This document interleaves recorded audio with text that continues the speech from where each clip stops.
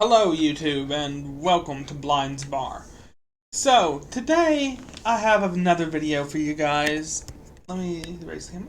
And it is going to be about a week with the M1 Mac Mini. So, I've had the M1 Mini for a full 7 days, or 8 days now, it's Sunday. Sorry, running a day late to when I planned to record this video. But, I very much enjoyed it. The power of the M1, there's so many benefits, and I'll try to show you guys some stuff while we're on this video. I'm gonna make sure some things that I don't need opened are not readily able to be shown. Okay, good. So, yeah. So first we'll just start with a little talking. So, as you guys saw in the unboxing video, we opened up the M1 and did the first time setup. And man, I've had some fun this past week. I've gotten to fully see the M1's power. Edited that last video. Should have got a few more out between now and then, but we're working on it. And other things. And I've very much enjoyed the experience overall. So let's see. So honestly, when it comes to the M1, some of the biggest benefits is just the raw speed. So, for those who don't know, the M1 from Apple is 4 low performance cores, 4 high proficiency cores, and then I got the base model of the machine, so it has 8 gigs of RAM, 256 gigs of blazing fast SSD storage.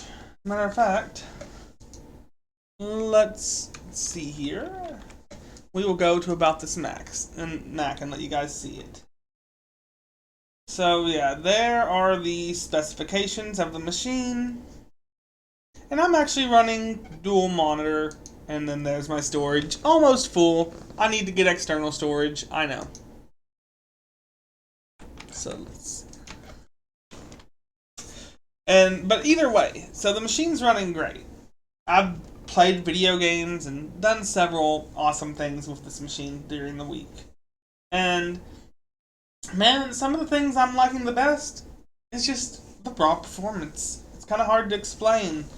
But, for example, if I swap back to the desktop capture, let's say I open up the music app. And it opens up on the wrong monitor. So let me move it to my main monitor so you guys can see it. So I'll close it, and we will reopen it.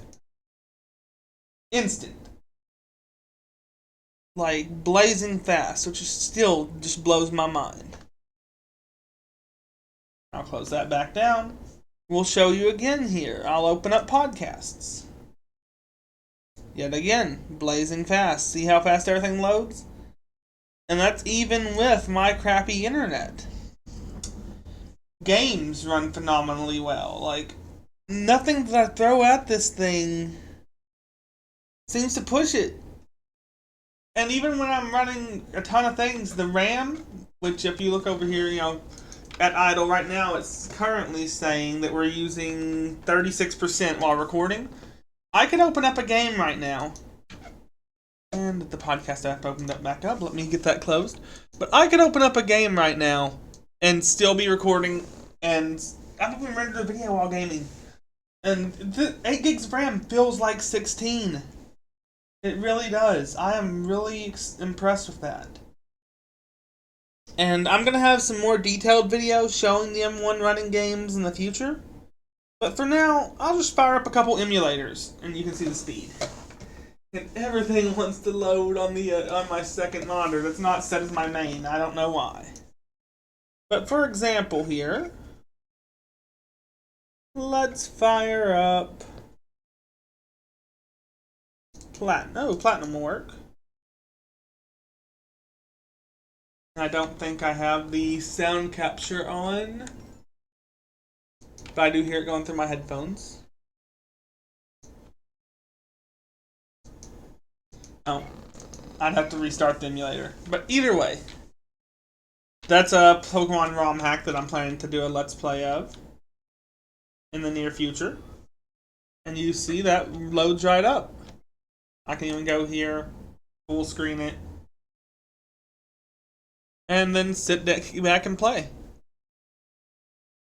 And just the speed of all that is still just mind-blowing. So I'm going to close out of that. Studio One, that's my preferred music editing software choice. Fires right up. And on my old Windows PC, this would take, on an NVMe SSD, like 4 minutes, 3 minutes, 3 to 4 minutes. And you'll be able to see here on the M1. And this is running in Rosetta emulation. Both of these software I've showed are running in an x86 emulation layer. But bam, it's already ready for me to create a new project. I'm going to close that. Of course, I'm running OBS. And I've deleted the last video project. But you also get iOS apps able to be ran natively. Like right here is LumaFusion. That is a iOS video editor. Actually, I haven't tried editing a video in LumaFusion on the Mac yet. I might give that a go. We'll give that access. But yeah, there's the iPad version of LumaFusion. And of course, you can full screen iOS apps and go to town editing video. Or whatever the app is. The iOS apps on the M1 is another just amazing benefit. And if you want to, look at the apps you've bought over the time that runs on the M1, you just fire up the Mac App Store, go to your profile. Of course, like I said, I have slow internet. And then there's an iPhone and iPad app section.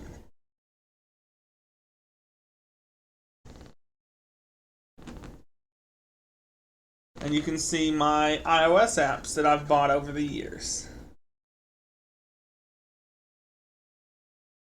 And any of these are Mac compatible. And you can just download them and check them out. And of course, you still got the full Mac App Store. And every app that ran on an Intel or Intel x86 Mac runs here.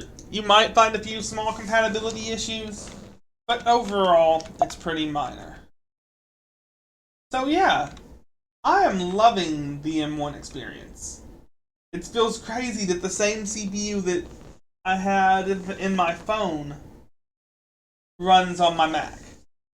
Or the same type, because my phone's still an iPhone 7, but besides the point. They're both Apple Silicon, and the code base is similar. And it's definitely a viable option. Like, I'm playing Final Fantasy XIV, World of Warcraft Classic, heavily modded Minecraft. Like, tons of emulators. Editing videos, listening to music, anything I want to do, this machine does it and is silent. I've not heard the fans once, guys. And it's amazing. Very much amazing. So, what is a week with the M1? It's a week of awesomeness. And for those, I did mention in the tweet yesterday that I'd mention why, as a creator with a disability, that I prefer macOS. I will give you a quick example. So, of course, I'm using macOS's magnifier. But if you go here in the accessibility settings, try not to zoom in too much so I don't make anyone dizzy. Definitely want to be careful of that since I'm recording. There it is, accessibility. You got all kinds of options. You got voiceover, which, Command F5. Oh, that was Control F5. I use a Windows keyboard still at the moment, so. Voiceover on system preferences. Final Fantasy XIV Online, 11 of 24. Actions available. Voiceover off.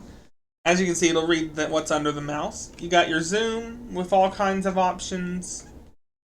Right now I use the control and scroll wheel. You've got full screen, split screen, and picture-in-picture as options. You also can choose a separate display. And then, of course, you got, your high contrast modes and changing of colors and just about anything you could need. Apple just goes ham with how well they handle accessibility. And I love that.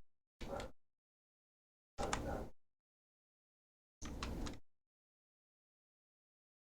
see. There we go. So yeah, those are reasons I prefer a Mac and I enjoy it.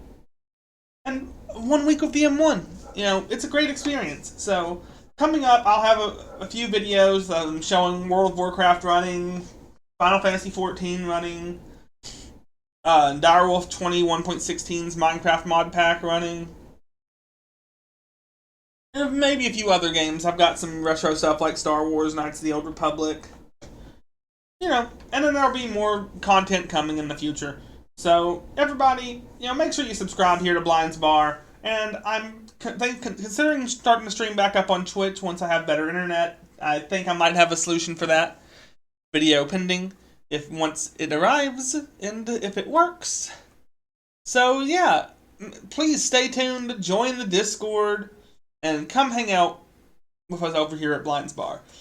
And I hope you all have a great rest of your day.